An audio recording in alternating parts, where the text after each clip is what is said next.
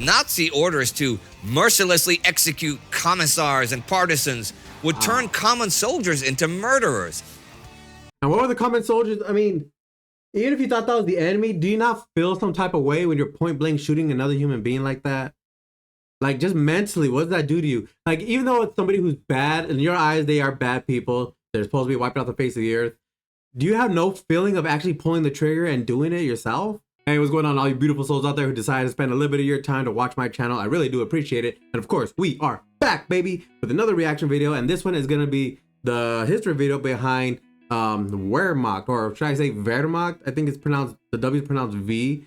So this is about the German army. It's an 18-minute video, so I'm going to keep the intro nice and short. I'm not going to pause it too much. I do have my handy dandy notebook, and something about that is actually upsetting about my editing. I keep trying to find Blue's Clues where he says my handy dandy notebook. They scrubbed that from YouTube. I cannot find that dialogue worth a dang. And I try, bro. I try so hard. But anyways, I'm going to go ahead and shut up. This is the German army. I appreciate all my Patreon supporters out there. I really do appreciate it. Especially you long-term ones who've been with me for quite a while. I really do appreciate that. And of course, I also appreciate everybody who has also donated to the channel. Really do appreciate that, because you didn't have to do that. You could have spent like $1 or $2. Some of y'all spent pretty big, and I really do appreciate it. And like the bottom of my heart, I really do appreciate it. And so other than that, and Thanksgiving is coming up. Hope you guys are enjoying a good Sunday. And for those who do partake in Thanksgiving, hopefully that turkey's gonna be nice and good. But of course, there's plenty to talk about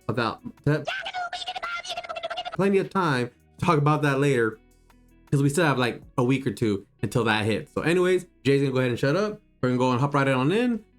Got Indy and we got Joachim. So let's do it. I'm Indy Nidell, and this is Joachim from Sabaton. And this is Sabaton History. Yeah.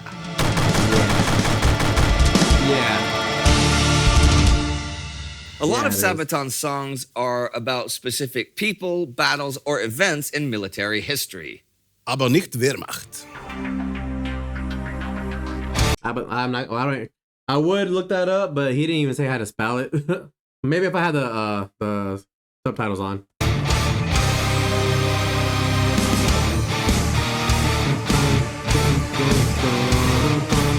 From March 1935 onwards, Adolf Hitler stopped secretly rearming the German military and instead openly announced that he would put an end to the restrictions of the Treaty of Versailles. Yo, the gong on him too, because he was limited to the army and navy, and he said, damn that, and he just mass piled it. He would reintroduce conscription, expanding all three branches, the army, the Kriegsmarine, and the newly established Luftwaffe. Oh, so the army didn't have a name then. Okay. Building a powerful new German Wehrmacht. From a force of 100,000 men in 1933, the army would swell to 2.6. From a force of 100,000 men in 1933, the army would Wehrmacht. From a force of 100,000 men in 1933, the army would swell to 2.6 million in 1936. But this was just the beginning of a radical transformation. Under the influence of General Werner von Blumberg, Nazi ideology began taking hold within the army, right? Officers had to take political seminars. Those considered as too unreliable were simply kicked out, and those openly opposing Hitler were turned over to the secret police. Jews were excluded, the influence of the church was severely curtailed, and soon regular enlisted men were not allowed to marry non-Aryan women. The once conservative character Wonder what the punishment was. Also taken to the secret police? Of the German officer corps began also changing under the influence of the National Socialist ideology. The younger generation especially were receptive to the self-declared saviors of Germany, and through youth groups like the Hitler Jugend or the likes of the Reichslabor Service, the German people were gradually pressed into militaristic structures, preparing them for future service in the armed forces.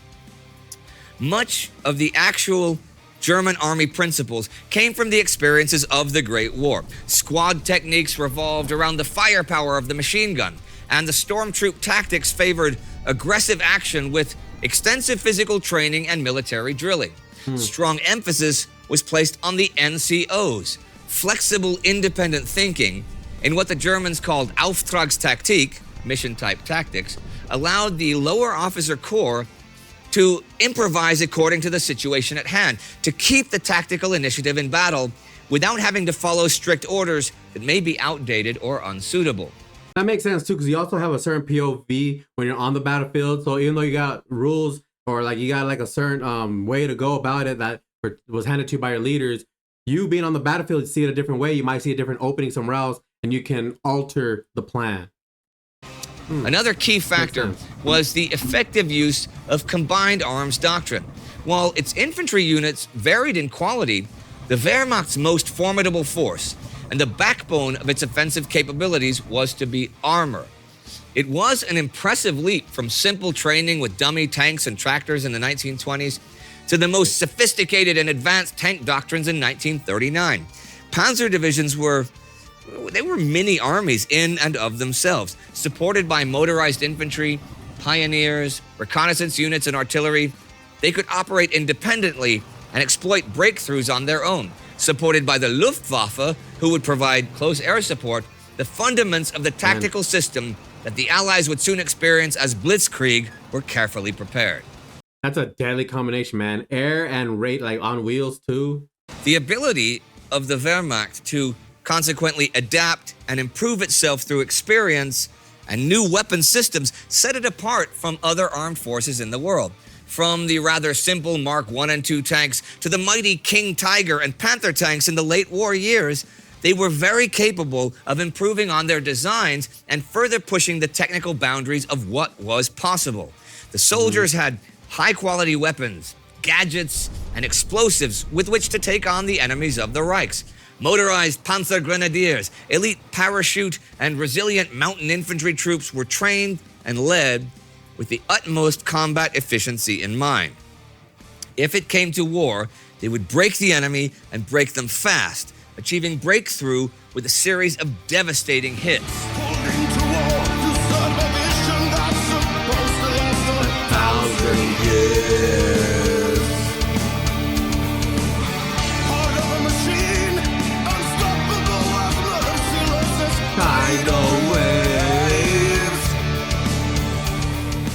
However, while the German Wehrmacht certainly did not lack for tactical ability, its leadership would totally fail to implement a coherent strategic vision and soon fell victim not only to ideological interference, but also its own hubris. Despite the rapid rearmament, the German Wehrmacht was not ready to openly challenge Europe nor the rest of the world. The German economy was unstable, and the war machine was very dependent on international supplies, often from the realms of their future enemies. For Hitler, however, war with the great European powers seemed inevitable. If sooner or later the Wehrmacht had to go to war with the Reich's neighbors, so be it. The German Reich would be great again, or it would not be at all. Most of the old guard German generals and higher officers who had experienced the Great War firsthand did not embrace Nazi ideology outright, but did agree with Hitler's rejection of the Versailles Treaty and his rearmament policies. Many generals shared his aversion to Jews and Bolshevism, tracing back to their own experiences of the German Revolution and the local Bolshevik uprisings after the Great War. Some were simple pragmatists or technocrats. Others resigned themselves to the Prussian ideal of the apolitical general. But by no means were they blind or helpless devotees to the Nazis' blood and honor ideology, and many were very much opposed to violence against prisoners and civilians. But the generalship failed to make a move against Hitler when they still had the power to do so. Once all high-ranking opposition was either removed or silenced in the wake of Hitler's victories, it was way too late for that.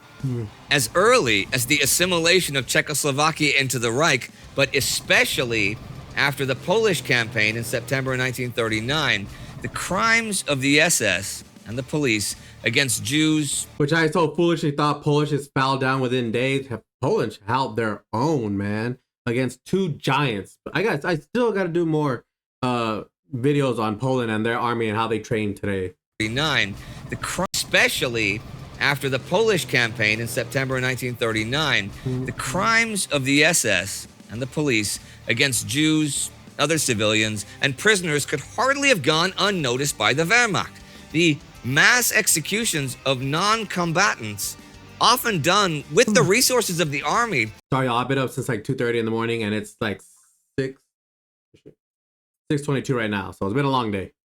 Prompted vehement protest from many Wehrmacht generals who saw this as real stains of honor on the German soldiers. They were either ignored or silenced by Hitler. Soon, though, the Einsatzgruppen and the Waffen-SS began challenging the army's monopoly as the armed forces of the Reich. Just point blank like that, man, is insane. And while the Einsatzgruppen acted as the harbingers of the Holocaust, the Waffen-SS showed fanatical belief in both National Socialism and the righteousness of the war. By 1939, men like General Blaskowitz, they still tried to appeal to Hitler personally. When high officials of the SS and the police called for atrocities and brutalities and publicly praised them, then within the shortest spell of time, only the brutal will rule. With astonishing speed, men of the same sick leanings and character will come together in order to give full vent to their beastly and pathological instinct. Yeah. General von Rundstedt added that the great achievements should not be soiled by the behavior of irresponsible elements. But although many German generals condemned the execution of thousands upon thousands of civilians by the SS and its auxiliaries, they failed to prevent them from happening. Their moral objections did not turn into action, and the Wehrmacht became slowly but surely an accomplice to those crimes. These spectacular victories in Poland. Well, I wonder if they're going to talk about like the crimes afterwards and what happened to the army that did surrender, or even those that didn't even surrender, but just, well, I guess they all surrendered technically because that's how the war was ended. But what happened to them? Did they face any justice? Or if they didn't, like, you know, mentality-wise, you know, what were they thinking? Scandinavia, and especially France, further helped to silence the internal critics. By 1941, Hitler and the Nazis were at the height of their power and approval, and Hitler had pardoned. He was just living in his own head, man. Must have felt like a freaking god. And the Nazis were at the height of their power and approval, and Hitler had pardoned all excesses that the German army had committed during the Polish campaign, and further gave Heinrich Himmler and the SS more power to reorder the East. Were they the victims of the time, or now parts of larger goals? Propaganda of the Reich, masterful machine. Gotta put my phone on silent, man. It keeps going off. You know. Distracting. It seemed like nothing could stop the Wehrmacht, whose skill in combined warfare was unchallenged by any of its rivals. It also had a tactical strength that would continue to negate the superior technical, numerical, and economic resources of the Allies for some time to come. And its cohesion and imaginative operational thinking were unparalleled. This perceived superiority, however, also sparked a fatal hubris, especially in Hitler and the higher Nazis, that now took more and more control away from the actual architects of the previous victories.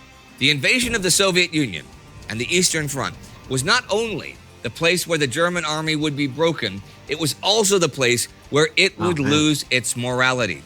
Hubris had caused High Command to disregard the warnings, disregard the concerns of the Wehrmacht's more level-headed officers. Despite its initial victories, the invasion of the USSR in 1941 showed that the German Wehrmacht was by no means prepared to fight such a demanding war against an enemy on such a magnitude. While the spearhead of the elite Russia had a lot of soldiers, man. They had a lot of men. And I know they lost like the most, and like, I think the amount that they had lost isn't even like recorded, like the correct amount. It's probably, I think they say it's more than what's recorded. They had so much men to throw at the Germans. So many more men. Panzer units and motorized troops were racing ahead. Most of the army was still marching on foot or with horses, and despite their tactical superiority, they failed to destroy the enemy's armies before their vital momentum ran out. The Eastern Front consequently turned into an unforgiving battle of annihilation between two fundamentally opposed worldviews. Nazi orders to mercilessly execute commissars and partisans would turn common soldiers into murderers. And what were the common soldiers? I mean, even if you thought that was the enemy, do you not feel some type of way when you're point blank shooting another human being like that? Like, just mentally, what does that do to you? Like, even though it's somebody who's bad, in your eyes, they are bad people. They're supposed to be wiped off the face of the earth. Do you have no feeling of actually pulling the trigger and doing it yourself? You know, that's crazy. As their environment turned into a self-reinforcing cycle of violence and atrocities. While more and more Jews and other undesirables in the eyes of the Nazis were rounded up by the SS and its auxiliaries right under the army's nose, the Wehrmacht soldiers themselves were dragged into a war for survival that was only escalating in intensity as the pendulum of war swung eventually back out against them. Year after year, as victories turned to defeats, the soldiers began to fight less for Hitler's grand design and the so-called righteousness of the crusade against Bolshevism, but instead for pure survival, for the comrade next to them and the safety of the fatherland, retreating from the revenge of those that had suffered at the hands of Nazi crimes. They fought on until their backs finally broke. Till the end, driven back to the very doorsteps of Hitler's ambition, the Wehrmacht continued to fight on until it could fight no more. The graves of the German soldiers and their allies who fell in pursuit of a supposedly 1,000-year-long empire are many and dispersed all over Europe, the former Soviet Union, Africa, and the high seas. The questions remain. Surprised those graves aren't undisturbed. Soviet Union, Africa, and the high seas. The questions remain. Crazy madmen on a leash? Or young men who lost their way? Or an army whose morals were systematically poisoned? Well, there is no easy answer. I think a lot of that lands in a gray area. You have the extremes and you have the non-extremes, then you have a lot of them are just stuck in the middle. For young men who lost their way, and illusions of the right, may seem real at times. Well, those are good questions, you know? Yes. I'm sure that... Hey, is Joachim sitting there the whole time while Indy's talking? I've always wondered that. Like, does he step away, or has he been sitting there the whole time, just like listening to Indy yap? You guys have your own answers, and I'm sure that you'll write them in. And I know that's quite controversial, right? Very, yeah. Well, I might head up the comment section after this. I mean, we got some shit for that song, both from, well, Germany and Poland, actually. Specifically Poland, not... Yeah, because we had some song about talking about, well, Polish heroism and bravery. We do have that on, you know, from several countries, not only Polish, you know. Well, 40-1 was the first episode. Yeah. And it was actually a column in a national magazine questioning how we could do such a thing. In Poland? Or? In Poland, yeah. Okay. How could Sabaton possibly even ask those questions, you know? And I think... It's a logical, reasonable question. You can't just ignore it just because... I mean, they probably felt some type of way, obviously, Poland, but... questions are always good. You should never be afraid to ask questions. Never be afraid to ask should questions. However, be very, very, very, very, very fucking careful about claiming facts or saying this is the way it was. But asking the questions is a healthy thing to do. Well, one problem with that was specifically claiming the facts. Like when we talk for a song like Wehrmacht, again, it's not about a specific person or a specific thing. You're talking about a large thing that involved millions of people. And it's hard to pick one person and say, out of all those, and say they're all exactly that specific thing.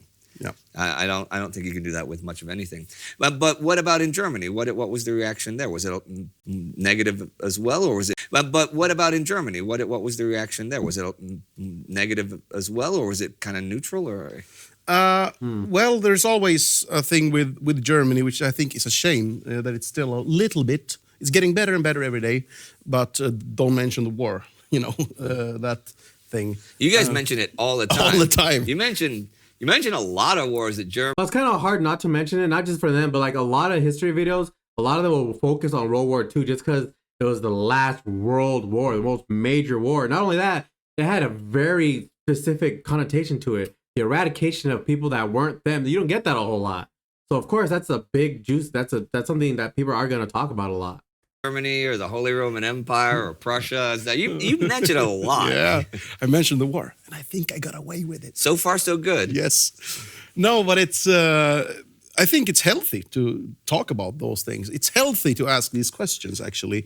It being controversial, yeah, maybe it is. But hell, if you don't ask the controversial or uncomfortable questions, I don't think we'll learn anything. It's a bit of a danger I think, in a political climate when you try to avoid everything that's uncomfortable or, not... or paint everything in black and white. Exactly. Very, very dangerous situation. Mm-hmm. Well, that's, I think history's cool because I'm a historian, but a lot of people don't think it's cool, and that's fine. But it's necessary to either avoid mistakes you've made in the past or to do the same thing again because it specifically worked out for something you like. And since Wehrmacht, that's a story of how did you get to this point? Yeah, absolutely. It's not just saying, okay, it's 1943 and all these people are jerks because they killed all these people. It's okay, yeah. How did you get to that point and stuff? And that's where the important parts of history is, and that's at least what I hope we do well on World War II, between two wars, and here with the stories of that. Yeah. What about the song itself? It's a bit of a different one, actually. It's I used to say that every Sabaton album has one or two songs that are a bit different. And on this album, Coat of Arms, it would be this one and this track, The Final Solution. Right. Both are a bit controversial on the topic, of course. But musically, this one is a bit more mechanized, a bit different. I guess I was inspired a little bit from the band Crimson Glory. Is there a part of the song you'd want to play right now? Let's do the verse. As casualties rise and millions die around them, did they see it all? I found out today, actually by chance, that this warhead.su, they're doing the translations, right? Yeah. Subtitles. And I thought, the SU, I didn't know which domain it was. And Per made a joke, it's the Soviet Union. I'm like, come on. It's probably, some kind of... Some island in the Pacific or something. Some island in the Pacific we never heard of, and they just got that because it's cool. But it turns out SU is actually the designation that the Soviet Union got just a few months before it collapsed. So they're already doing domain names back then, really? Yes. Okay. And, they got this in 1990. And they still have an SU address? Yeah, I think it said something on Wikipedia that Russia still controls the SU. I want an SU address. I want that. I want Sabaton.su. So I like the old Mark IV tank there. Anyway, so, thanks to the Warhead guys for subtitling. Oh, yeah, thanks to the Warhead guys for subtitling. Thanks to the Warhead guys in the Soviet Union for subtitling. Okay. Well, that's it for today on Sabaton History, but we'll see you in just 1 week, yes? Take care. We'll see you in 7 days. See you next time. What about the men? All right. I think they brought up a very interesting point there about how Germany, they kind of like keep it on the low, like, hey, let's not talk about the war. As if I understand, but like the taboo of it for them, because it was their country that brought the atrocity, but it's not the people that did it. It was a whole separate other generation. Probably still some living, but the people today probably, of course, are against it. But you can't say people today, if you existed back then, you wouldn't have made the same choices, whether voluntarily or involuntarily. Forced to do it because you're afraid of repercussions, you're afraid of the jails and being shot for not agreeing, or voluntarily just because you're a freaking, I don't know, you're a warhound, bloodthirsty and stuff. So I think it's kind of silly. I get it. Every country, I don't know every country, but I know a lot of countries have those taboos where they don't want to talk about it. America's got slavery for some reason. Germany and World War II, like these things happened generations ago by people that's no longer here today. Or even if they are, like World War II, even if that was here today, they're older already. They've been wiped out by this new generation that's like, no, we wouldn't have never done that. And that's a healthy mindset. Of course, people today in hindsight would say, no, we would not have done that. We would have pushed back. Oh, I would have died, rather than, partake. But it's really easy to say that in the comfort of where you're living today and how you're living. Really easy to say that. Hope you guys enjoyed the reaction. I certainly enjoyed the video. Like I said, very interesting point that they brought up about that. I think that's so dumb. that, I mean, it's not dumb because I get it. I get why the German people don't want to talk about it because it's got that sting to it. But it's not them. They shouldn't be ashamed. Yeah, their country did it, but a lot of countries did a whole lot of horrific stuff. You can't beat yourself over your head with it. You can't keep carrying that bag on your shoulder. You just gotta let it go and be like, you know what? That wasn't me. That wasn't me. That wasn't the country that I live in today either. So you can't blame the country, can't blame the people. All you can do is blame the era, that generation of the time. That's all you can do. Hope you guys enjoy your guys' day. Stay safe, stay blessed. Tell us when you love them, please, while you still can. And of course, you will catch Jay in the next one.